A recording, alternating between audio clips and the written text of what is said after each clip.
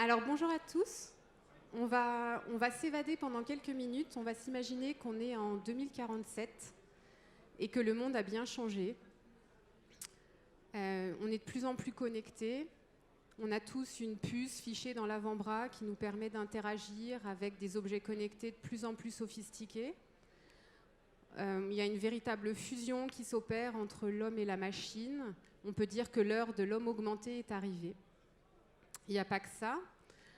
En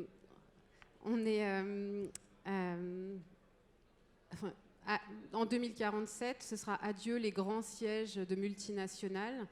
90% des gens travailleront de chez eux, en home office, ou alors ils iront travailler dans des espaces de coworking pour préserver la planète. Le reste, les 10% restants, ils utiliseront une voiture autonome électrique pour aller travailler. Adieu aussi le sacro-saint CDI. Allez, dans quelques années, on sera tous des slasheurs qui passeront d'une entreprise à l'autre, qui auront un statut de freelance, qui seront payés à la tâche sur des missions à très haute valeur ajoutée. L'intelligence artificielle va, elle aussi, continuer à se développer. À l'intelligence artificielle de 2e génération succédera celle de 3e génération, où il y a contextuel qui saura allier mémoire et transversalité. Et puis les robots feront partie de notre quotidien. En 2047, on pense qu'ils nous aideront tous les jours dans nos tâches quotidiennes, mais aussi à nous occuper de nos enfants ou de nos personnes âgées. Alors tout ça, c'est vrai que ça paraît très futuriste, mais on va le voir avec quelques chiffres. Finalement, demain a déjà commencé. On a déjà des études et des chiffres qui nous montrent que tout ça arrive. Le premier chiffre, communiqué par le ministère du Travail, c'est que déjà aujourd'hui, 61% des salariés aspirent au télétravail. Que 70% aussi, d'après une enquête mondiale du cabinet Monard pour Polycom, 70% des millennials travaillent déjà en flex, donc avec home office, en coworking, ils alternent en fait les missions et les modes de travail. On a aussi une étude Upwork qui nous dit que dans 10 ans, la moitié des travailleurs américains seront freelance. Donc vraiment, cette tendance au slasher, elle est déjà amorcée. Le cabinet Gartner, lui, dans une étude, nous dit qu'en 2020, 2,3 millions d'emplois seront créés grâce à l'intelligence artificielle et à la robotisation. Bon, ce que l'étude dit aussi, c'est qu'il y a 1,8 million d'emplois qui, eux, risquent de disparaître suite à ces avancées. Et enfin, ce même cabinet Gartner nous dit que d'ici à 2022, un travailleur sur 5 utilisera l'intelligence artificielle dans son travail quotidien.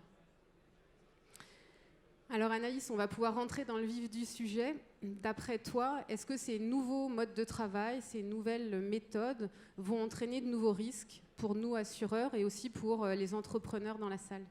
Alors, des nouveaux risques, oui et non. Une prestation reste une prestation, qu'elle soit exercée aujourd'hui ou demain, ce sera exactement la même chose. La difficulté vient plutôt des pluriactivités. On sait que les slasheurs exercent leur seconde activité dans un domaine généralement différent de leur première activité. On parle de métier raison et de métier passion.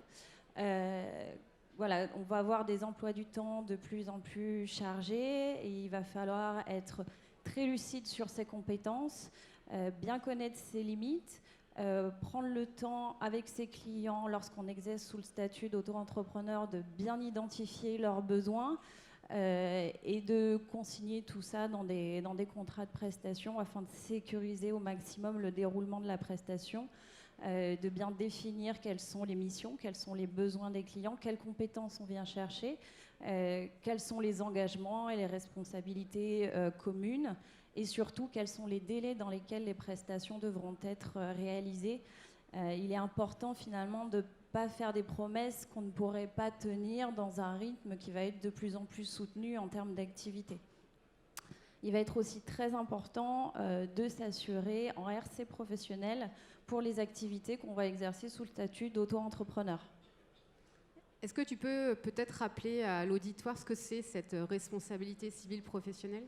Alors, la responsabilité civile professionnelle protège les auto-entrepreneurs contre les erreurs, les fautes, les manquements contractuels qui peuvent être dans le cadre de la réalisation de leurs prestations et qui causeraient un dommage à leurs clients. Si on prend un exemple aujourd'hui, par exemple, un freelance qui a une prestation de création d'un site de e-commerce, s'il venait à avoir un retard dans la livraison du site, cela pourrait causer un manque à gagner important pour son client et l'assurance viendrait indemniser cette perte financière du client, mais également, si besoin, prendre en charge des coûts additionnels pour ajouter des experts qui viendraient terminer et réaliser la prestation au plus vite afin que le client puisse avoir son site livré le plus rapidement possible. Au-delà de l'aspect purement financier, il faut voir aussi également que l'assurance peut prendre en charge tous les frais d'avocat et les dommages et intérêts éventuellement qu'une juridiction pourrait mettre à la charge de l'assuré s'il devait être tenu responsable devant un tribunal. Au-delà de l'aspect purement financier, l'assurance RC professionnelle protège également la réputation et l'image de l'entrepreneur. Ce qu'il faut savoir, c'est que la RC professionnelle est gage de confiance auprès des clients et de plus en plus de clients vont même demander la production d'une attestation d'assurance avant même la signature du contrat pour être sûr que si jamais il devait y avoir un problème, on aurait un assureur qui interviendrait. Ça permet également de rassurer les banquiers et les investisseurs sur le sérieux de l'entrepreneur et faciliter l'obtention de financement. Donc finalement, demain, encore plus qu'aujourd'hui, ce type d'assurance professionnelle sera encore plus important. Exactement.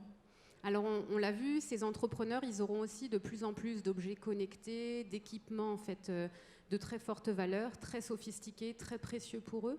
Comment est-ce qu'ils pourront assurer en fait ce matériel à sa juste valeur ?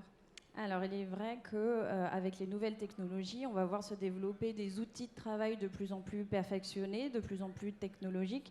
C'est donc bien important de choisir une assurance adaptée.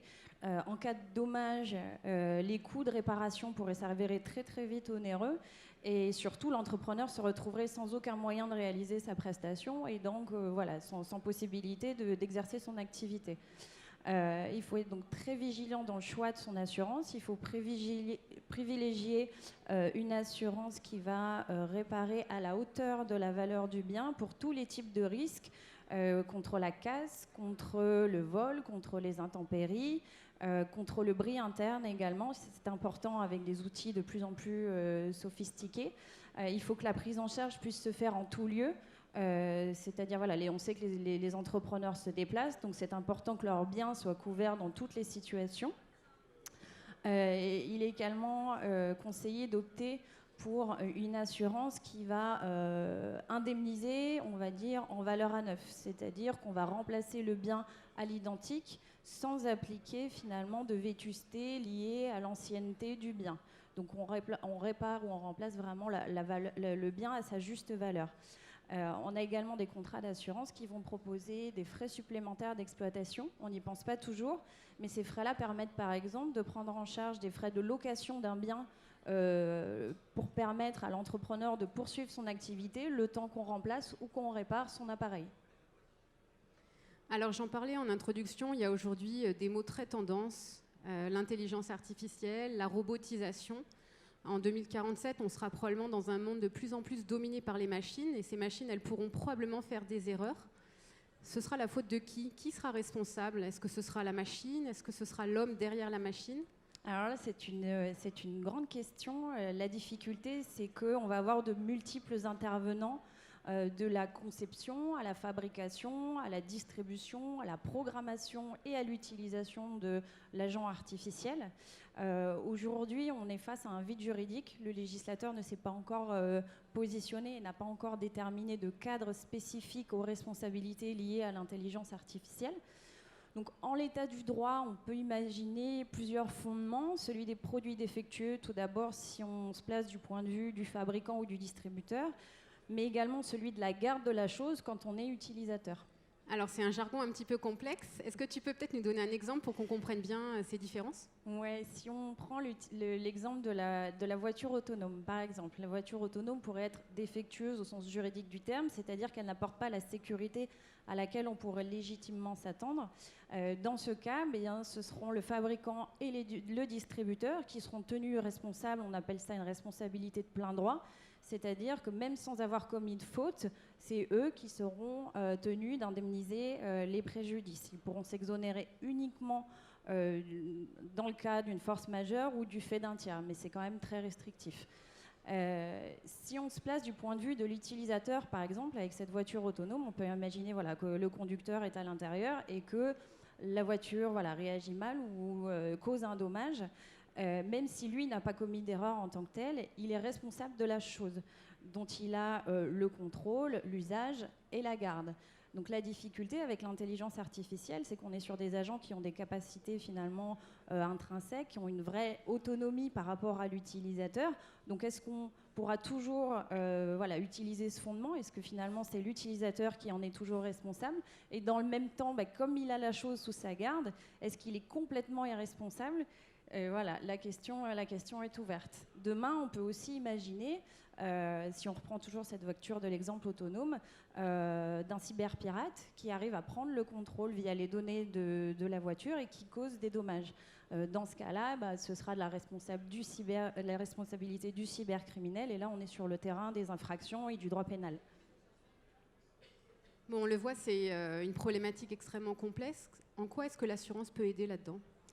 Pour l'ensemble des intervenants dans la chaîne de conception, fabrication, distribution de l'intelligence artificielle, c'est vraiment bien important de s'assurer pour la prestation que l'on va faire, de bien s'assurer justement qu'on ait des montants de garantie qui sont suffisants pour anticiper éventuellement des risques de sinistres sériels avec des biens à la consommation. Ça dépend finalement du bien et du nombre de biens qui seront conçus et distribués sur le marché.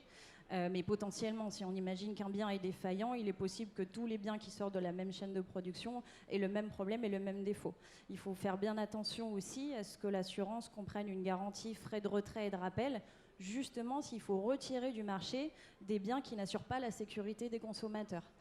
Point de vue utilisateur, on peut imaginer demain l'émergence d'assurances cyber finalement personnelles, c'est-à-dire qui viendrait garantir les utilisateurs. Je pense même à la domotique, à chez soi. Si il devait y avoir, je sais pas moi, un pirate qui s'amuse à, j'en sais rien moi, baisser tous les volets de la maison d'un coup et qu'on se retrouve bloqué chez nous et que ça cause des dommages, on pourrait voir émerger des assurances privées pour les gens comme toi, comme moi, pour se protéger contre ces risques-là qui vont devenir nos risques du quotidien. D'accord. Alors, on aura, tu viens de le dire, mais demain sera fait d'ordinateurs surpuissants, d'un nombre exponentiel de data, mais aussi probablement d'un nombre exponentiel de cyberpirates, de hackers, qui vont justement vouloir essayer d'aller détourner en fait ces data. Qu'est-ce qu'il en est du côté de la cybersécurité? Alors aujourd'hui, on voit il y a de plus en plus d'attaques. On est à peu près sur un ratio de 9 entreprises sur 10 subissent des cyberattaques. Qu'elles en aient connaissance ou pas, ne serait-ce que de tentatives de phishing. Et contrairement à ce qu'on pourrait croire, les petites structures et les entrepreneurs sont tout autant des cibles que des grandes multinationales, notamment parce qu'ils n'ont pas les mêmes moyens de protection et de prévention. Et c'est vrai que demain, avec les nouvelles technologies, le big data, la blockchain, on s'expose, on va utiliser de plus en plus de données dématérialisées et les entrepreneurs vont s'exposer à davantage de risques liés aux cyberattaques, avec des attaques plus nombreuses et surtout plus complexes. Si on revient aux slashers, la difficulté, c'est qu'ils vont utiliser leur réseau personnel, donc le réseau à la maison, dans un cadre professionnel. C'est donc important aussi de bien se sensibiliser au risque et de protéger son réseau contre ce type d'attaque. Ce serait quoi, du coup, tes conseils à destination de ces futurs entrepreneurs ? Alors tout d'abord, c'est se doter de ce qu'on connaît tous aujourd'hui, des antivirus, des anti-ransomware, des pare-feux, des anti-malware. Mais c'est également, comme je le disais, bien se sensibiliser au risque. On sait que la formation modifie les comportements de façon assez efficace. et permettent de maîtriser le risque. On diminue entre ces 45 à 70% le risque lié à la sécurité IT, ce qui est quand même pas négligeable, juste par des bonnes pratiques, par bien se former aux risques liés aux cyberattaques. C'est également disposer éventuellement de moyens de sauvegarde des données qui vont permettre, en cas d'attaque, de récupérer les données le plus rapidement possible ou de les reconstituer si elles venaient à être compromises. Il faut également bien faire un état des lieux de ces données. Donc ça va être les données personnelles, les données bancaires de ses clients, de ses salariés si on en a également, mais c'est également ses secrets commerciaux, les secrets de fabrique, les brevets, finalement toutes les données sensibles liées à l'activité de l'entrepreneur. Donc bien faire un état des lieux de ces données-là, bien savoir ce qu'on a chez soi et ce qui est potentiellement soumis, ce qui peut potentiellement être ciblé. Il faut également faire réaliser un audit technique trimestriel. Vraiment, c'est tous les trimestres, faire un état des lieux de son réseau, de son système informatique et de voir si effectivement on a des failles potentielles ou pas. Et puis, il va falloir également s'assurer contre ces risques de cyberattaque. Et justement, cette assurance cyber, comme on l'appelle, elle sert à quoi? Qu'est-ce qu'elle fait? Alors, l'assurance cyber, elle vient indemniser les dommages que va subir donc l'entrepreneur. Ça va être les dommages à son système d'information. Ça va être également les pertes financières que peut provoquer finalement une paralysie de son système d'information. Ça va être également les dommages causés aux tiers dont les données ont été volées. On peut imaginer un cyberpirate qui vole des données clients et qui s'en sert derrière. Je ne sais pas moi, on a des risques d'usurpation d'identité par exemple. Ça va être également accompagner l'auto-entrepreneur en cas d'enquête de la CNIL et de sanctions administratives. L'aider également en cas de demande de rançon, donc dans les négociations et dans la prise en charge de la rançon.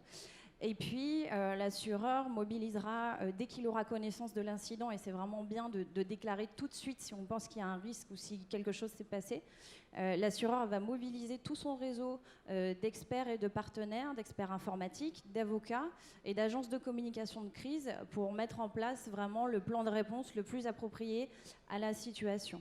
On a également des contrats qui prévoient des volets assistance téléphonique 24 heures sur 24, 7 jours sur 7 en cas d'incident avec des experts, des consultants informatiques au téléphone qui vous aideront à gérer le risque au mieux. Bon, si je résume, en 2047, l'assureur, ce sera le partenaire des entrepreneurs. Et on espère que son statut sera un peu mieux considéré qu'il ne l'est aujourd'hui. J'espère aussi.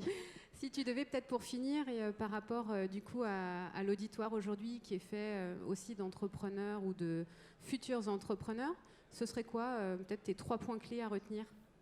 Alors le premier, c'est de bien analyser ces risques liés à son activité, que ce soit ses prestations, le matériel qu'on utilise pour réaliser ces prestations et les données qu'on a dans le cadre de notre activité. Ce serait également de bien avoir conscience de ses capacités, de son expertise, de prendre le temps avec ses clients d'identifier leurs besoins et de contractualiser l'ensemble des prestations pour bien sécuriser le déroulement et le cadre, notamment s'il devait y avoir un litige et un mécontentement du client. Et enfin, évidemment, souscrire des contrats d'assurance adaptés à chaque risque et à son propre risque. Le sur-mesure, c'est ce qu'il y a de mieux. L'assurance, finalement, c'est l'assurance vie de l'entreprise. Merci Anaïs. Si vous avez des questions, n'hésitez pas, on a quelques minutes.